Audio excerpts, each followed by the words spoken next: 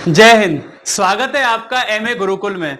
और आज से हम नया सेशन स्टार्ट करने जा रहे हैं, नई श्रृंखला स्टार्ट करने जा रहे हैं। एक क्लास में एक टॉपिक खत्म करने की हम कोशिश करेंगे, ठीक है। एक क्लास बहुत कम टाइम में आपको एक पूरा टॉपिक जिसके बारे में जितना जानकारी हो सकता है संपूर्ण जानकारी देने की हमारी कोशिश रहेगी, ठीक है। आशा करता हूं कि आपको ये जो सेशन है, ठीक है, बहुत ज्यादा हेल्पफुल साबित होगा, है ना। इसी के साथ हम स्टार्ट कर रहे हैं आज का जो टॉपिक है, एक क्लास में एक टॉपिक खत्म श्रृंखला में। आज का टॉपिक है आपका लोकसभा। लोकसभा से जितना भी संबंधित चीजें बनेंगी हम सब चीजों को इस क्लास में डिस्कशन करने वाले हैं, ठीक है। तो कॉपी पेन लेकर के आप जरूर बैठिएगा। चलिए स्टार्ट करते हैं बिना किसी टाइम को गवाए।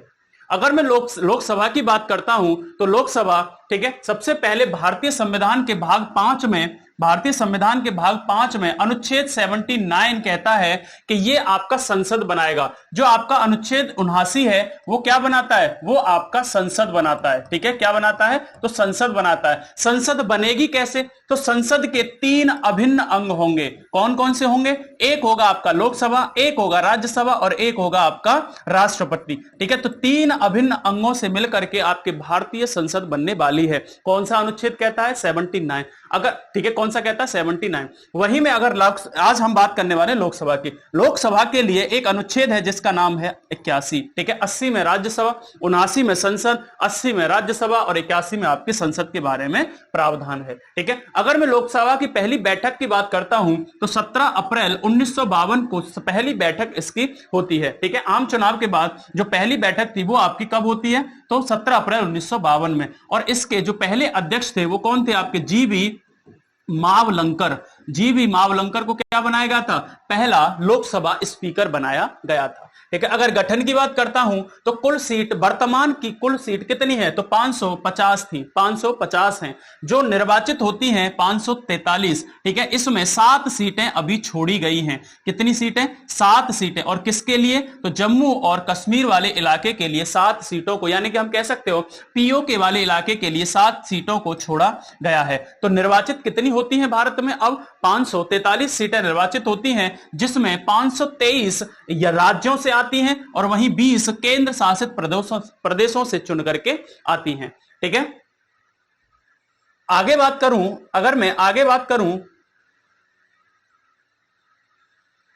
तो इसका निर्वाचन कैसे होता है? तो निर्वाचन होता है प्रत्यक्ष निर्वाचन, जहां जनता डायरेक्ट वोट डालती है। तो जनता डायरेक्ट इन्वॉल्व रहती है इनके निर्वाचन में। क्षेत्रीय प्रतिनिधित्व होता है। देखो यहां पर आनुपातिक प्रतिनिधित्व नहीं दिया गया है, यहां पर क्षेत्रों में बांट करके क्षेत्रीय प्रतिनिधित्व को बड़ी वरीयता दी गई है। इसमें एक सिस्टम लागू होता है first past the post system. First pass the post system क्या होता है कि मान लीजिए कि अगर आपके कोई संसदीय क्षेत्र है या आपका संसदीय क्षेत्र है जिसमें 5 कैंडिडेट आपके खड़े हुए हैं, ठीक है। इन 5 कैंडिडेट में अगर वोटों की संख्या में अगर 100 मान लेता हूं, कितने वोट हैं? कुल 100 हैं, ठीक है। और 5 कैंडिडेट हैं, अगर एक को मिल रहे हैं 70, ठीक है, और एक को मिल रहे हैं 6, ठीक है, एक को मिल रहे हैं 6, ठीक है, एक को मिल रहे हैं आपके 5, तो कितने हो जाएंगे? 6 6 12 और 5 कितने हो गए? 6 6 12 और 5 17 और बचे कितने? जो भी मतलब कितने बचेंगे? 17 2 और 23 13, ठीक है। तो ये जो आपका यहां पर सबसे ज्यादा वोट पाने वाला कौन था? तो एक कैंडिडेट था। कौन था? एक कैंडिडेट। तो इसका मतलब ये है कि ये विजयी घोषित हो जाएगा, ठीक है। जिसको ज्यादा वोट मिलेंगे पहले बार में वो विजयी हो जाता है। इसी को कहते हैं first pass the post system.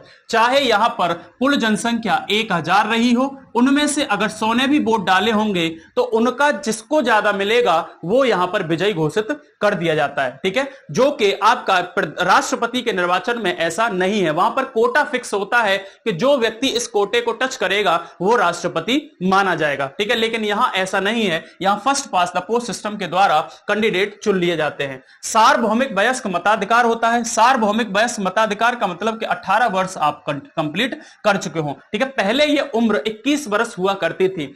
61वां संविधान संशोधन किया गया 1988 में। इस उम्र को 21 से लेकर के 18 वर्ष कर दिया गया। इस उम्र को 21 से लेकर के 18 वर्ष कर दिया गया, ठीक है। अगर आगे बात करूं तो सीटों का बंटवारा कैसे होता है? अगर संविधान की बात करूं तो संविधान में कोई वर्णन नहीं है सीटों के बंटवारे को लेकर के, किसकी? लोकसभा की। ठीक है, लोकसभा की सीटों का बंटवारा कैसे होगा इसका संविधान में कोई वर्णन नहीं है। तो फिर क्या किया गया? जन प्रतिनिधित्व अधिनियम 1950 बनाया गया। उसकी अनुसूची 1 धारा 3 में इनके सीटों के बंटवारे का वर्णन किया गया। तो भारतीय संविधान में लोकसभा की सीटों का वर्णन नहीं है। कहां पर है? जन प्रतिनिधित्व अधिनियम 1950 में। राज्यों का जनसंख्या के अनुपात में सीटों का बंटवारा दिया जाता है, परिसीमन बनाया जाता है, बाकायदा सबकी सीमा निर्धारित की जाती है। जनसंख्या का जो आधार है वो कितना है? 1971 है। ठीक है, और इसको यथावत रखा गया है कब तक? 2026 तक। 1971 की जनसंख्या का आधार है अभी तक भारत में लोकसभा सीटों के लिए। 2026 तक इसको यथावत रखा गया है। 2026 तक इसको यथावत रखने के लिए 84वां संविधान संशोधन किया गया था 2001 में। ठीक है, 2026 तक इसके साथ छेड़छाड़ नहीं की जाएगी, है ना। 2026 के बाद आगे जब जो भी जनगणना का आधार वर्ष होगा वो रखा जाएगा। ठीक है, नेक्स्ट देखते हैं।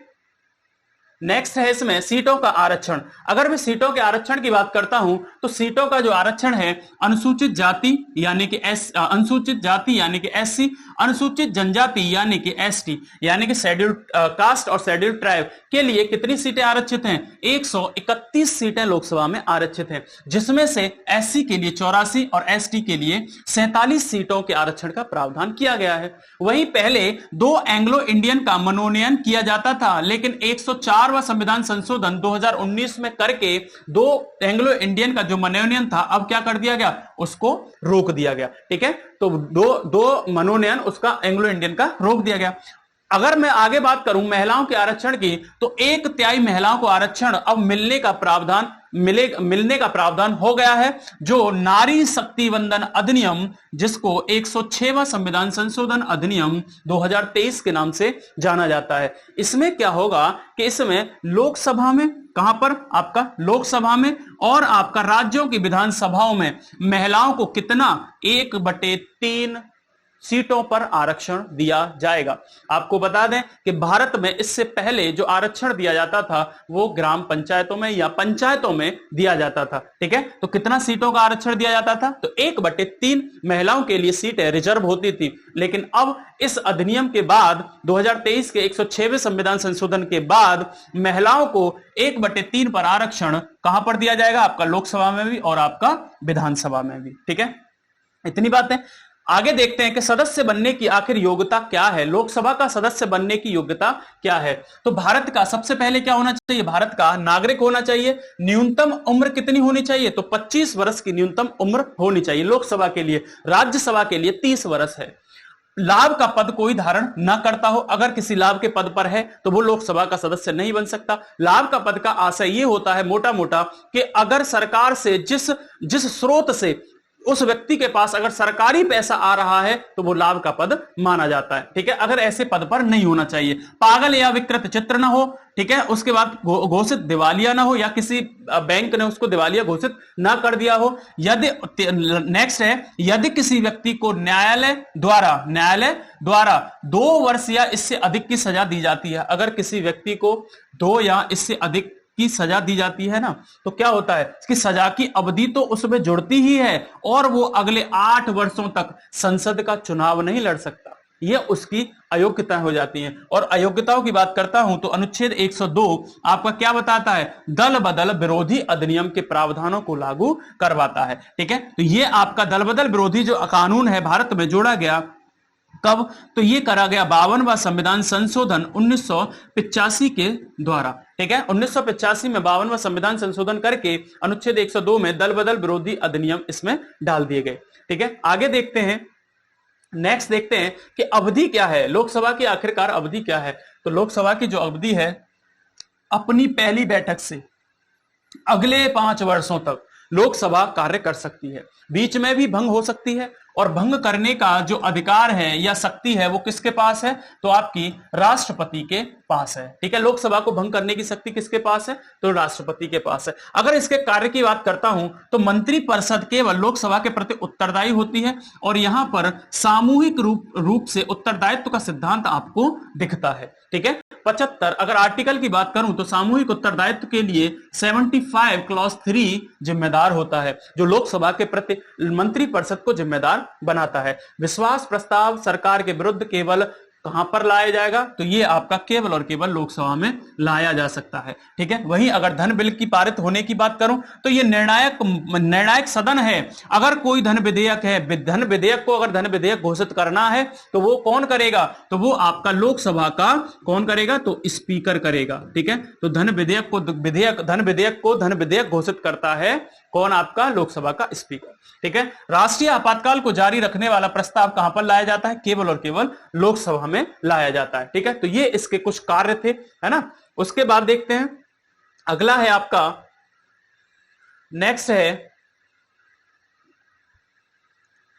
वर्तमान में कौन सी लोकसभा है? तो वर्तमान में 17वीं लोकसभा आपकी चल रही है। ठीक है, जो आपकी 17वीं लोकसभा है वो आपकी चल रही है और ये कब से कब तक है? तो आपकी 2019 से लेकर के 2024 तक आपकी ये चलेगी, है ना, जिसमें आपके अध्यक्ष थे ओम बिड़ला। ठीक है, और सबसे ज्यादा महिलाएं अभी तक 78 महिलाएं इस संसद में या इस अब फिलहाल के सदन में लोकसभा में सांसद बन के आई थी। ठीक है, तो इसका कार्यकाल कब से कब तक है? तो 2019 से लेकर के 2024 तक। ठीक है, इतनी बातें।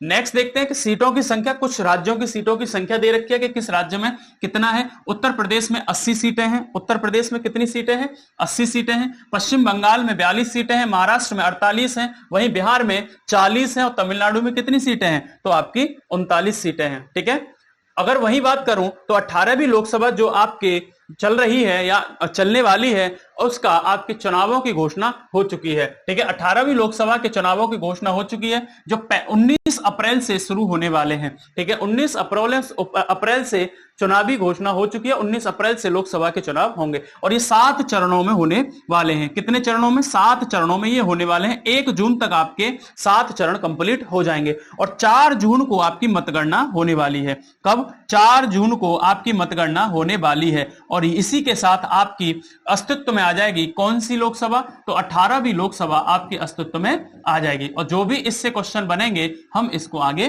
देखेंगे। ठीक है, तो ये था आपके जो भी लोकसभा से कंप्लीट आपको बन सकता था वो हमने कोशिश की कि कंप्लीट लोकसभा से जो भी क्वेश्चन बन सकता था हमने कोशिश की। ऐसे ही हम एक एक क्लास में छोटी छोटी क्लासों में एक एक टॉपिक को संपूर्ण कवरेज देने की कोशिश करेंगे। आज के सेशन में इतना ही था। मिलते हैं अगले सेशन में, जब तक के लिए जय हिंद।